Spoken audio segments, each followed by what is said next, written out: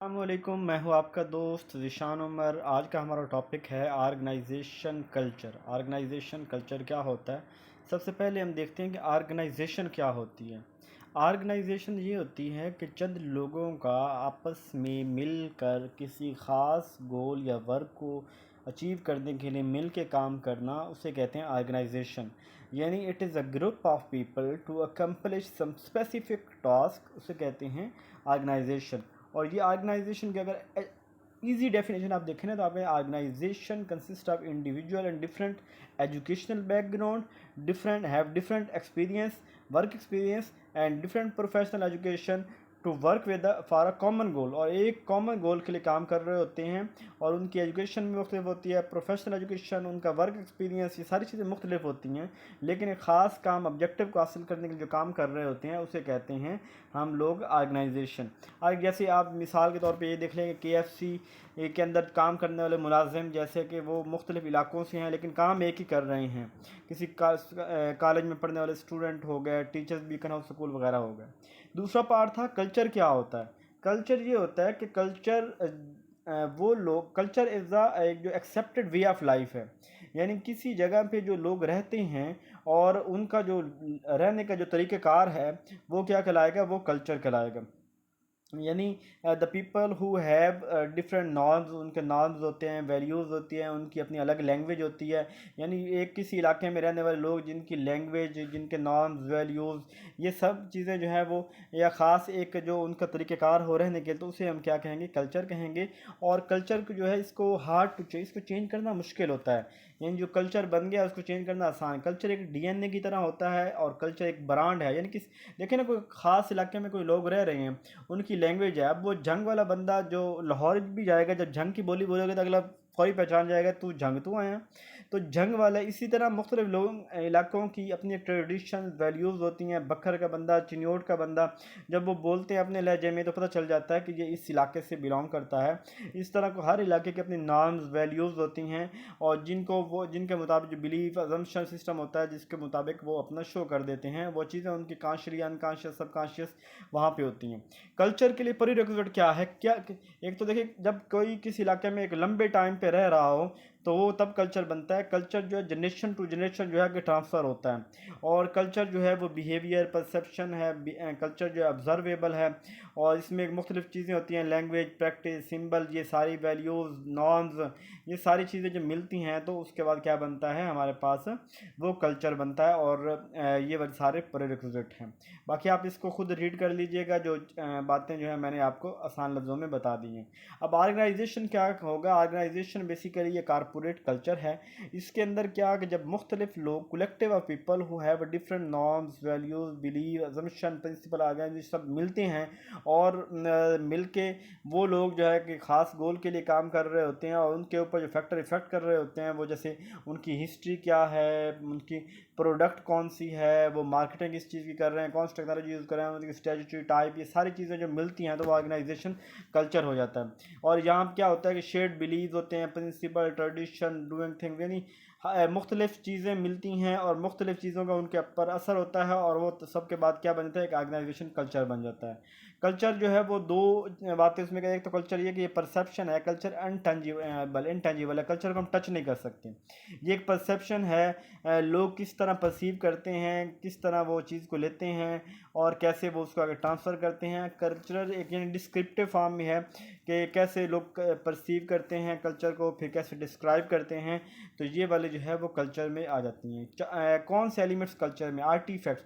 Artefact लफ्ज़ निकला artificial से, मीन आर्टिफैक्ट से मुराद ये है कि जो किसी की नवादरात, जो किसी की निशानियाँ होती हैं, जैसे किसी की ऐनक है, किसी की, यानी पुरानी किसी को निशानियाँ वगैरह होते हैं, तो उसे हम आर्टिफैक्ट्स बोलते हैं। इसके अलावा स्टोरीज़ हैं, हिस्ट्रीज़, मिथ, हर इलाके में कुछ मिथ्स होती हैं जिनके ऊपर वो लोग यानी बिलीव कर रहे होते हैं।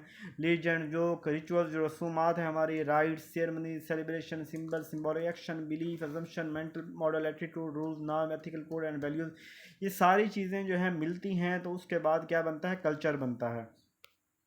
उसके बाद देखें कल्चर के दो हैं, एक तो होता है स्ट्रॉन्ग कल्चर, एक होता है वीक कल्चर। स्ट्रॉन्ग कल्चर कौन सा होता है? स्ट्रॉन्ग कल्चर वो होता है कि जहाँ लोग जो हैं वो नॉर्म्स को फॉलो करते हैं, रूल्स को फॉलो करते हैं, पॉलिसीज़ को फॉलो करते हैं, उनका सारा फोकस ऑर्गेनाइजेशन के गोल के ऊपर होता है, और डिसिप्लिन को भी वो लोग फॉलो करते हैं, कम्पिटिटिव होते हैं, अपने जो लीडर का वो लोग शेडो होते हैं, वो पॉलिसीज़ को जो है वो फ्रेंडली पॉलिसीज़ होती हैं उनको वो तस्लीम करते हैं, टाइम को फॉलो करते हैं। यानी एक ऐसी जगह जहाँ पे जो लोग काम कर रहे हैं और वो अच्छी ऑर्गेनाइजेशन हो, कि उसमें रूल्स को फॉलो किया जाता हो, लोगों का ख्याल रखा जाता हो, और उनको जो है ना लीडरशिप जो क्वालिटीज़ उनमें जो है बढ़ाई जाती हों, आपस में रूमर्स गॉसिप्स फजूल बातें ना होती हों। तो ये वाला जो हमारा होता है, ये हमारा होता है क्या कहते हैं, स्ट्रॉन्ग ऑर्गेनाइजेशन कल्चर। जबकि जो वीक ऑर्गेनाइजेशन कल्चर है वो होगा जिसके अंदर रूल्स को फॉलो कम किया जाता होगा, जहाँ नॉर्म को नहीं फॉलो किया जाता होगा, लोगों को एक्सट्रिंसिकली मोटिवेट किया जाता होगा काम के लिए, जैसे रिवार्ड दे के, जबकि उनके में इंट्रिंसिक मोटिवेशन जो है वो नहीं होगी, इंट्रिंसिक मोटिवेशन ही ज़्यादा कारआमद होती है। इसके अंदर जो है लीडरशिप जो है वो वीक लीडरशिप होती है, उसका अथॉरिटेटिव बिहेवियर होता है यानी, और ट्रांसपेरेंसी कम होती है, मोरालिटी कम होती है, डिसऑनेस्टी, करप्शन, और इसी तरह चेंज को एक्सेप्ट नहीं करते, ओपननेस ऑनेस्टी नहीं होती, इमोशंस जो डैमेज करते हैं, और मतलब वहाँ पे प्लान पूरे होते हैं जहाँ पे बहुत सी खामी हो, मैनेजमेंट अच्छी नहीं है, फॉलोअर्स अच्छे नहीं है, बिहेवियर ठीक नहीं है। ये ऐसा जो है ना जो होगा वो वीक ऑर्गेनाइजेशन होगा, और ये टॉक्सिक है, ख़तरनाक है। इसके साथ है कि हम कल्चर को आइडेंटिफाई कैसे कर सकते हैं। तो देखें कि किसी इलाके में कैसे डिसीजन लिए जा रहे हैं, लोगों का बोलने का स्टाइल क्या है, उनका मेथड क्या है, कस्टमर को कैसे ट्रीट करते हैं, ये जो चीज़ें हैं ये हमें जो है वो कल्चर को बारे में बताती हैं। इसके बाद कल्चर की टाइप कितनी है? कल्चर की जो टाइप यहाँ पे डिस्कस की गई है वो है कि कहते हैं normative culture, bureaucratic culture. Normative culture वो होता है कि जहाँ पे रूल्स को, रेगुलेशन को फॉलो किया जाता हो, और वहाँ पे जो ये वाला जो ये लीडरशिप का कंसेप्ट ब्यूरोक्रेसी से निकला है, जो मैक्स वेबर ने ब्यूरोक्रेटिक दी थी थ्योरी। इसी तरह जो इम्प्लाइज जो है प्रॉपर उनके लिए रूल्स होते हैं, उनके एक सिस्टम होता है, यहाँ पे इनोवेशन नहीं होती, ये एक स्टेबिलिटी होती है, रूल्स डिसाइड हैं, उन्हीं के मुताबिक चलना है, कोई नया स्टेप, कोई नई इन्वेंशन नहीं होती। और एम्प्लॉइज़ जो हैं यहाँ पे रूल्स को ब्रेक नहीं करते, वो उसी पॉलिसीज़ को फॉलो करते रहते हैं। सेकंड है प्रॉग्मेटिक कल्चर, या टफ गाय कल्चर, या मार्केट कल्चर, इस सब इसको बोला जाता है। तो ये ऐसी ऑर्गेनाइजेशन है कि जो कस्टमर को सेटिस्फाई करती है, अपनी प्रोडक्ट को ज़्यादा से ज़्यादा करती है, कस्टमर को सेटिस्फाई करती है, और ये समझते हैं कि लोग एज ए मशीन है, उनको मशीन के तौर पर काम लेते हैं, और उनसे बहुत ज़्यादा काम लेते रहते हैं।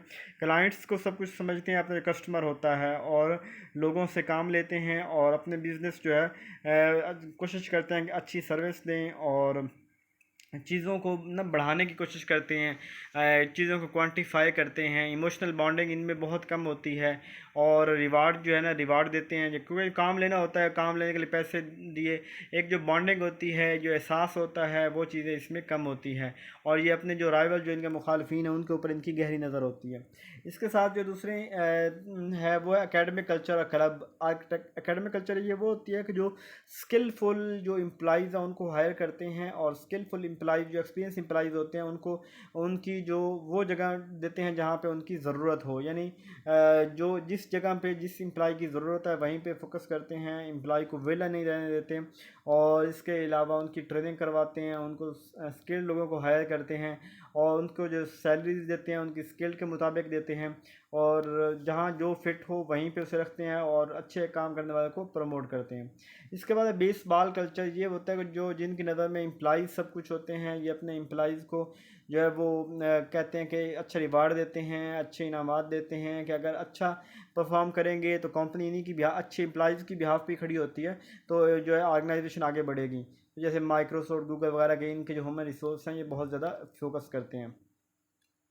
इसके बाद है bets your company culture entrepreneur. ये वो कल्चर है जिसके अंदर रिस्क लिया जाता है, लोग रिस्क लेते हैं, नए नए स्टेप लेते हैं, अपने जो नई नई जो डिमांड जो है वो ट्रेंड के मुताबिक चलते हैं, और ये वाले फेलियर को एक्सेप्ट करते हैं, नई इन्वेंशन भी इन्हीं के पास ही होती हैं। इसके बाद जो लास्ट है वो है फोर्ट्रेस कल्चर या क्लान कल्चर। ये कहते हैं कि वो जिसके अंदर जो है वही गवर्नमेंट सर्विस में ज़्यादा होता है, कि इसके अंदर स्टेबिलिटी होती है, एम्प्लॉइज़ को रख लिया उसको हमेशा ही साथ लेके चलना है, और एक्सपर्ट लोगों को जो है ये नहीं देखा जाता कि इसमें एक्सपर्ट लोग कम ही होते हैं, बस जो भी आया है उसको वो अपने लॉन्ग टर्म तक सर्व करते हैं, और फिर उनको बाद में मेंटोर बना देते हैं, यानी उसकी जैसे तरक्कियाँ होती हैं। तो ये वाला है। इससे इशू कल्चर में क्या है, एक तो ये है कि कल्चर जो है वो क्रिएटिंग इनोवेटिव कल्चर, जो इनोवेटिव कल्चर है उसको जो है जो क्रिएट करना, ये एक बड़ा चैलेंज होता है क्योंकि लोग चेंज पसंद नहीं करते। तो ये वाला काम जो है इसके अंदर बड़ा मुश्किल होता है। और इसके अलावा चूँकि ये जो ऑर्गेनाइजेशन कल्चर होता है ये फोकस होती है कस्टमर पे। अब इनका सारा फोकस होता है कि कस्टमर को खुश रखना है, कस्टमर कभी खुश नहीं होते। और इसी तरह इनके को प्रॉपर जो है ना वो गोल सेट नहीं हो सकते उसको कस्टमर को सेटिस्फाई करने के लिए। लेवल कौन से हैं इसमें? 4 लेवल हैं। पहला लेवल तो ये देखिए, कोई कल्चर आपने अडॉप्ट करना है तो पहले क्या होगा कि आप कल्चर के अंदर कोई नई चीज़ लेके आना चाह रहे हैं, आप उस कल्चर के अंदर जाएं और वहाँ पे आप क्या करें कि उस कल्चर के अंदर आप जो है ना वो कोई नया काम करना शुरू कर दें। जब आप वो काम करेंगे फिर आपके जब अनकॉन्शियस में आके आ जाएगा, फिर आप उसको बयान करना शुरू कर दें, खुद भी करें बयान भी करें, इस तरह लोगों के अंदर आ जाएगा।